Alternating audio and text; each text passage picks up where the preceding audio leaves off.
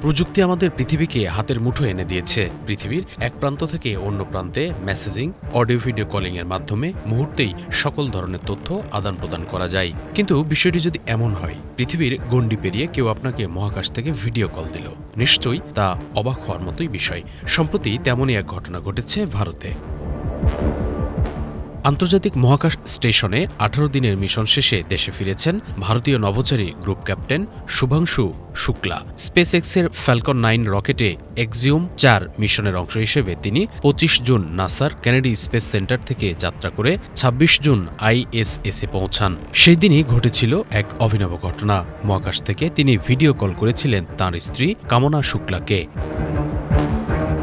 এই ভিডিও কলের মাধ্যমেই ইতিহাস তৈরি হয়। কামনা শুক্লা হয়ে ওঠেন প্রথম ভারতীয় মহিলা যিনি সরাসরি মহাকাশ থেকে স্বামীর ফোন কল পান। ভারতীয় গণমাধ্যম আজতক বাংলার প্রতিবেদনে বলা হয়েছে, কথা বলার সময় শুভাংশু তার দৈনন্দিন কাজের অভিজ্ঞতা, চলমান বৈজ্ঞানিক পরীক্ষা নিরীক্ষা এবং মহাকাশ থেকে দেখা পৃথিবীর অপূর্ব দৃশ্যের কথা শেয়ার করেছিলেন।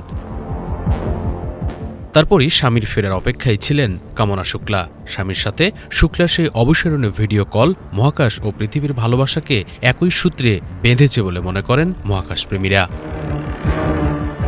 কিভাবে সম্ভব মহাকাশ থেকে ভিডিও কল? আমরা জানি, সাধারণ ইন্টারনেট ভিত্তিক কলিংয়ের জন্য প্রয়োজন হয় দ্রুত ডেটা সংযোগ ও স্থিতিশীল নেটওয়ার্ক। কিন্তু মহাকাশে তো কোনো মোবাইল টাওয়ার নেই। তাহলে কিভাবে সম্ভব হলো এই ভিডিও কল? এখানে কিছু গুরুত্বপূর্ণ প্রযুক্তি কাজ করেছে, যেমন স্যাটেলাইট কমিউনিকেশন। মহাকাশ স্টেশনের সাথে পৃথিবীর যোগাযোগ হয় tracking and data relay satellite TDRS এর মাধ্যমে। এটি একটি নাসা পরিচালিত যোগাযোগ সিস্টেম যা জিও স্টেশনারি কক্ষপথে থাকা উপগ্রহগুলোর মাধ্যমে ডেটা রিলে করে। কেউ ব্যান্ড রেডিও। ISS থেকে পাঠানো ভিডিও ও অডিও কেউ ব্যান্ড রেডিও সিগন্যালের মাধ্যমে TDRS স্যাটেলাইটে পৌঁছায়। সেখান থেকে তা পাঠানো হয় পৃথিবীর গ্রাউন্ড স্টেশনে।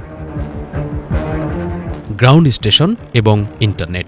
গ্রাউন্ড স্টেশনে পৌঁছানোর পর এই ডেটা পৃথিবীর ইন্টারনেট সিস্টেমে যুক্ত হয়ে যায়। তখন তা সাধারণ ভিডিও কলের রূপ নেয়। ফলে ISS থেকে পৃথিবীতে বসে থাকা মানুষের মোবাইল বা ল্যাপটপে ভিডিও কল করা সম্ভব হয়। শুভ ইসলাম, বাংলা ভিশন, ঢাকা।